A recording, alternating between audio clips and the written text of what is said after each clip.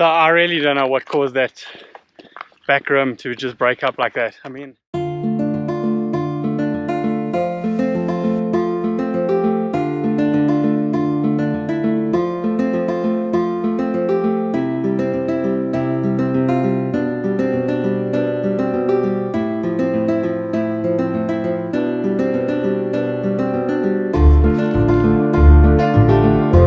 good morning.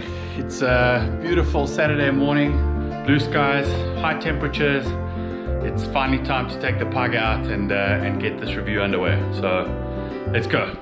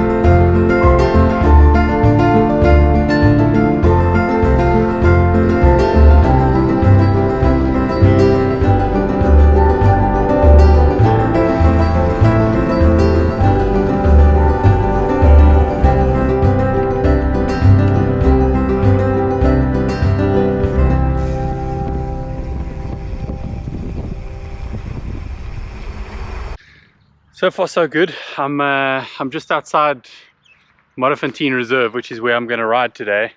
So it's been pretty much tarmac all the way. A couple of little adjustments. Had to adjust this height of the seat. It was a little bit too high, so I'm sure there's going to be a couple more micro adjustments that I need to make throughout the day just to get comfortable. But yeah, probably another 10 minutes and we'll be on the trails.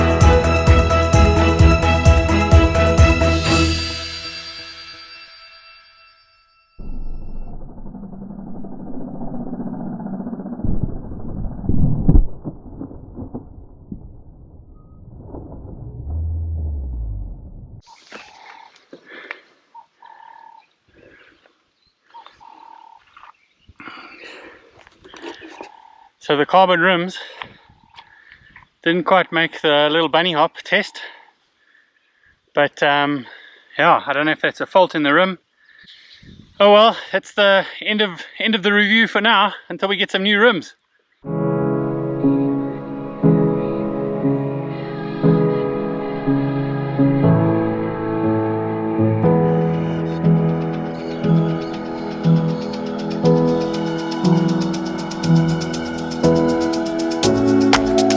So I really don't know what caused that back rim to just break up like that. I mean, I've looked at it, it's broken in 4 places. I can only think that maybe there was a manufacturing flaw in it. It's not like I was doing a 2-meter drop off onto a hard rock. It was literally a rolling drop off, maybe 15 centimeters. Really nothing that should have broken a rim like that. But it is what it is, and yeah, I guess I'm gonna have a chat with Brett, maybe get hold of South Industries, see what they say about it. I don't know whether they've had this happen before. Maybe it's, you know, like I say, maybe it's a manufacturer problem. I don't know. I don't want to accuse them of anything, but yeah, we'll have a discussion and see what can be done about it. And other than that, the bike's been fantastic. I mean, yeah, up until that point, really good, really comfortable. And don't know what happened. I'd like to take a look at the video, maybe slow it down, and maybe there's a clue there, I don't know. But as for now, I've probably got a 5-kilometer walk. Karen's gone to get the car. Yeah, fun and games.